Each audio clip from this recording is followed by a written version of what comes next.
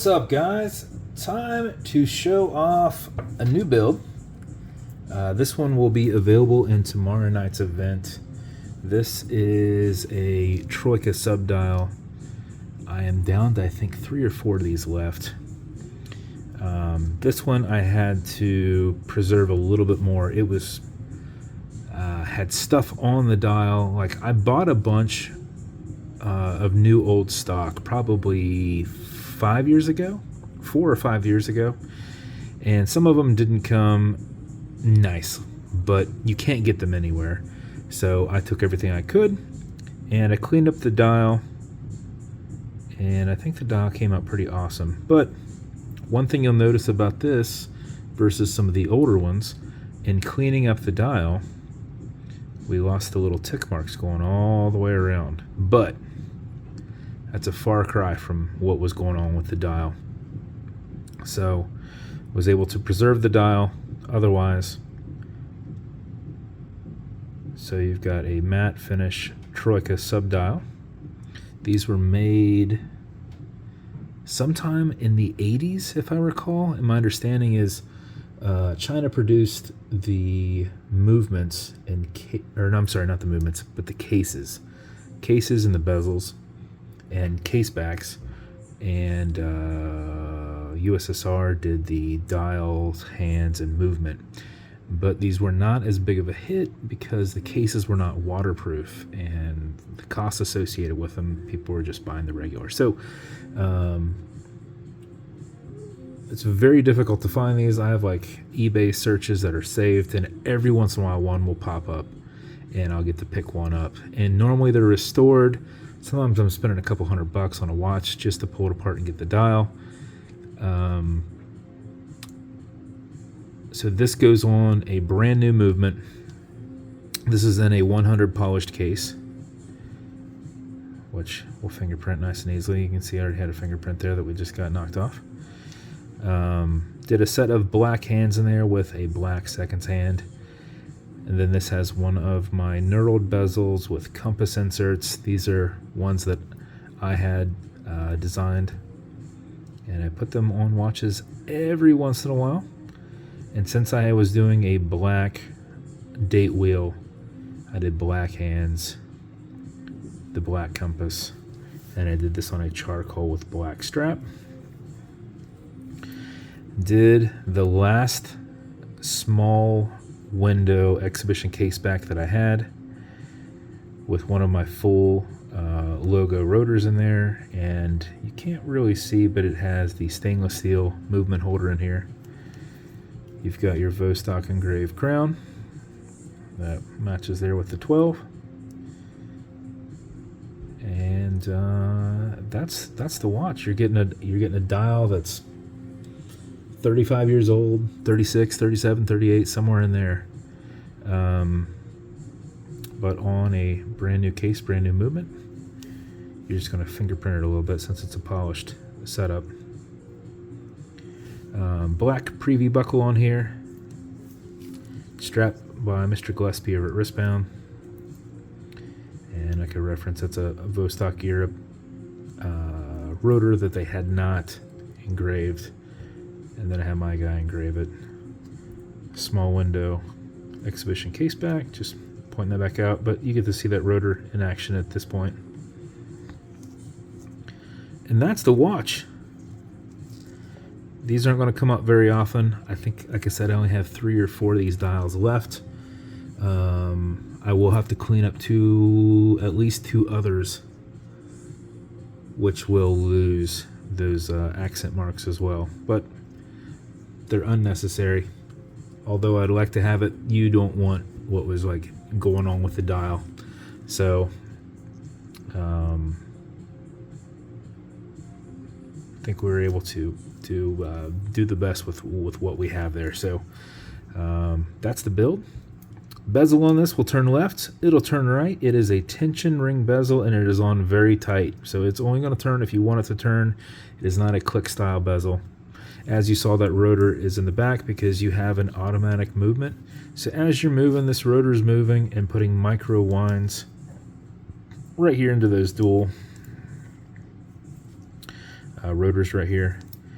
and winding up the mainspring. So before you put it on, before you set the time, wind it up just a little bit, because if you don't have anything in the power reserve, you are going to lose time. You might not be moving around too much and it might just stop. So what you want to do is back the crown off the threads and see here and feel it clicking. You'll feel a little bit of play there, you know, steer off that crown tube. At that point you can wind, and a wind is a turn away from you, or clockwise as you're looking at it from the side. Turning it back towards you clicks it, but it does not put any wind in. I often just go back and forth because it helps keep my finger spacing from tightening back on the crown tube. So 4 or 5 seconds of that mixed with the rotor movement will keep your time throughout the day, and another 4 or 5 seconds will max out the 31-hour power reserve on it. You cannot overwind it. It has a slipping mainspring. I don't know if we're able to see. Yeah, you will. This big rotor up top here. See how nothing, and then it moves, nothing, moves, nothing, moves. Or if you're just doing it like this, it's moving. That way it does not do anything, see? So, anyway, that's how you wind your watch. If you do it for that extra 4 or 5 seconds, you max out your 31-hour power reserve on it, which means you could wear it all day. If you're active, when you put it down, it's still going to run for about 31 hours. You pop it back on before it dies. If you're active, you might not have to wind it at all, but it's always just safe to put a little bit of wind to it in case you are just driving all day or sitting where you're not going to be really putting that much wind into them. That said, once you're happy with your wind, you're going to pull to the one and only click. You can now set your time. It does not have a hacking movement, so that second hand's going to keep going. You'll also notice you've got a wobble crown. This deflects lateral pressure from going into the stem and into the movements. When you're pushing and prying on it, you're not putting any adverse pressures on anything. So, that said, it's the 21st right now. Here in an hour, it's going to be the 22nd. I already have it set for the 22nd, but how this watch works, you can advance it going the full 24-hour. Like, you don't want to do that, right? So once we know where we're at, so whomever's going to get this watch, just not let it run for a couple days if you want. Or if nobody grabs it this weekend, by the time we pick, next weekend, maybe it's a few days behind. So you'll notice this is going to advance to 23. Now, you can do a quick advancement by going back to 8 and back to 12. What you'll notice is you're getting around 9 o'clock. That 23 is going to kind of lift up and drop back down. You want to make sure that happens. So instead of just stopping right here, I normally just go ahead and round it back up to 8. Now it's going to advance to 24. You're going to see 24 go up and drop back down. Advance it 25. That's how you do that, okay? If you'd ever do that and it just kind of does a little stutter and it doesn't advance, just a word to the wise, go ahead and do that full 24-hour wind and make sure it advances. If you try that little 4-hour window again, the people that have had this happen to stated the same thing. I don't think it advanced, so I did it again, and now it doesn't move at all. It's like it jumped it off track or something like that. So it's only happened a couple times. I don't really do watches with the 2416B movement with the date on there, just because most of us are going from watch to watch to watch. We're not trying, there's no quick date set. That's not necessarily annoying, but like if you're 3 days past the current date, you're spending some time making the date correct if it's really that worrisome to you, right? Whereas most people who were wearing watches like this, they had one watch, and the only thing they'd have to worry about is on a 31-day month versus a 30-day month, because they were wearing it every day. So I don't do too many like that, which is why all my dials typically do not have a date wheel.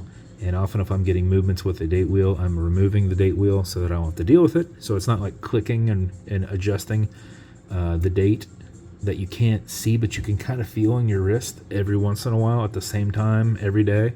You're like, what is that? That's your date wheel advance. And so I remove all that gearing so that it's not doing it under the dial. But this is an original dial with a date window. So might as well have it on there. Alexa, what time is it? 11:12 p.m. Push this over, get it out of that time setting, and then wind it down. And that is the Troika submarine build. As with every build, you're going to get matching beads or complementing beads.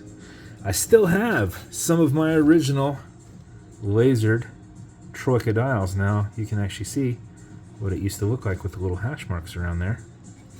Those are they were just these little surface things that were printed on there. So whenever I clean up the dial, those came right off. So, but that's what it looked like. That's the only difference, is those little, and these were black. So if you're somebody who has one of the original ones from me, this one is slightly different because those are gone. But one of the original boxes from Mr. Chris Evans with a plaid watch pillow inside. Now this watch will come with a few things. It's going to come with watch cleaner, which is good on all glass and metal, so everything there in the center. Non-streaking, non-toxic, non-residue, as well as a microfiber. It's going to come with leather conditioner in case this strap doesn't stay soft. You apply it on the front back, let it soak in. Chances are you'll be fine with this one, but you can use it on your other straps if they're a little bit more harder. This is pretty soft, pretty pliable. Lastly, you're going to get some fine scratch remover. This is Novus 2 from Amazon, just repackaged. It's like Polywatch, and it's for your domed acrylic glass that you can scratch. If you do, put a tiny bit of this on it and buff it out with the other microfiber. And just do hard, like heat-generated swirls with your thumb and kind of work it in and then buff it out. So like 30 seconds of that should take it out. That said, if I have any extra Cape Cod cloths, I will send a package. It's going to be in a foil bag that you open up. Make sure you seal it like in a baggie or something like that to keep the moisture into the Cape Cod cloth. If you ever scratch your polished case, you can more or less get that scratch out of it if it's not super, super deep. Cut a square off that Cape Cod cloth, rub it for about 30 seconds, flip it over, rub it for about 30 seconds, polish it off with your microfiber. It should be gone. And then just keep that moist so that you're not rubbing, I guess, something that I don't think it would necessarily be abrasive if it wasn't, didn't have moisture in it. But they come that way. You just don't want it to dry out. So if I've got an extra one, which I think I've got some, this will also come with that, and that will just keep your case perfectly shiny. So that's the build. Congrats to you if you pick this up. Like I said, I don't do these too often, and after I do another 2 or 3 of these, I've got one myself. I will not have any more of these unless somebody happens to sell one. And often, I picked up a tank one time, and I'm sure I've told this story on the other ones where I've done a Troika dial. I picked up a tank. I've only ever seen one other tank, and it went for sale in an auction. It was in the original case, which I've bought plenty of them in the original case, and the first thing I do is take it right out of that because it's like pop metal. It's like a weird shiny, I don't know. You'll see one day and you'll go, oh, I get it. But it went for like $400, and so this one was new old stock, dial by itself on the shelf. I've only bought one where it was an original Troika Sub in a case, and I think I've already sold that one. It's already been built probably a couple years ago. So chances are once these are gone, these are gone. These were very cool. I wish they were actually a little bit more popular because then I probably could find them. But we'll literally go a year and a half and like one might pop up in Poland or in Germany, and The last one I bought was $200, and it was a fighter jet, and made it for myself. It was one I'd never seen, and I didn't have it. So, and there's not even a catalog for me to see like what ones I have and what ones I don't have. So I have quite a few for myself, but this is one of those ones that's kind of special. So sorry for the long video, but if you do get this watch, it's pretty cool. So thank you for your support. If you want me to build you something custom and unique, reach out and I'll see what I can do. And if you want to continue to see videos like this, like and subscribe, as I put them up all the time. Thanks, guys.